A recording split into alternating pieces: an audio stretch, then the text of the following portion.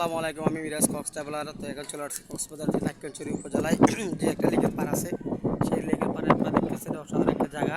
আসলে আমি এখন অনেক উঁচুতে আছি, এই যে ওয়াচ টাওয়ার, সেই ওয়াচ টাওয়ার আছে। তো আবার নিচে দেখতেছেন আপনার গাড়ি ঘোড়া এবং যানবাহন অনেক নিচেতে আমরা উঁচুতে অবস্থান করতেছি সেই লেকের পাড়ে। এই রাস্তাটার পিছনে যে রাস্তাটা দেখছেন এটা পাহাড়ের দিকে বয়ে চলে গেছে, এবং এইদিকে যে রাস্তাটা দেখতেছেন এটা মূলত লেকের দিকে চলে গেছে। রোদের জন্য আমি আপনাকে ভালোভাবে দেখতে পাচ্ছেন, এটা লেকের পাড়ের দিকে চলে গেছে লেক।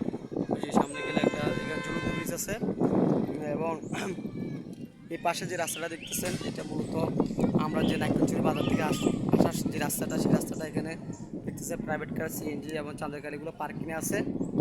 তো সব মিলে এখানে নাক্কনছড়ি যে লেকের পাড়টা আছে এটা আসলে অসাধারণ একটা সৌন্দর্য জায়গা। এখন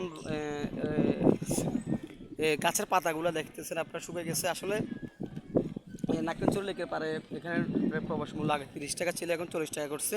তাছাড়া আপনারা এখানে চাইলে আপনারা যে এখানে বিচ যে কায়াকিং করতে পারবেন, এখানে বোট আছে, বোট দিয়ে রাইড করতে পারবেন 20 মিনিট মাত্র আপনার 50 টাকা করে, বিশেষ করে আধা ঘন্টা 50 টাকা করে বোট রাইড করতে পারবেন। এছাড়া এখানে ঝুলন্ত ব্রিজ আছে, ঝুলন্ত ব্রিজ চড়াটা খুবই ফ্রি।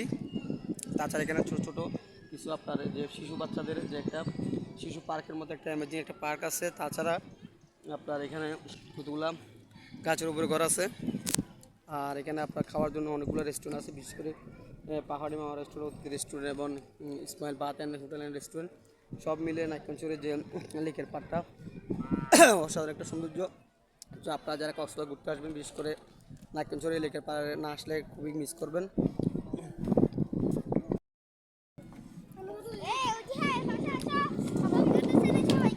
আঙ্কেলটা চলে আসছে, ছোট ছোট বাবুরা লেকের পাড়ে।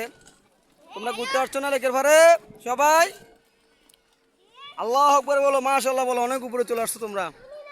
দেখেন ছোট ছোট বাচ্চারা যে ওয়াচ টাওয়ার উঠে গেছে, ওয়াচ টাওয়ারটা অনেক বড়, সেই ওয়াচ টাওয়ারে ওরাও চলে আসছে। ওয়াচ টাওয়ার তোমাদের ভয় করে না এখানে আসার সময় বাবুরা? তো এখানে নামার সময় আস্তে আস্তে করে নামতে হবে। আমার বাসায় যে আমার আঙ্কেলরা হুজুর মানুষ, কেউ নামতেছে, ভয় পাওয়ার কিছু নাই। তো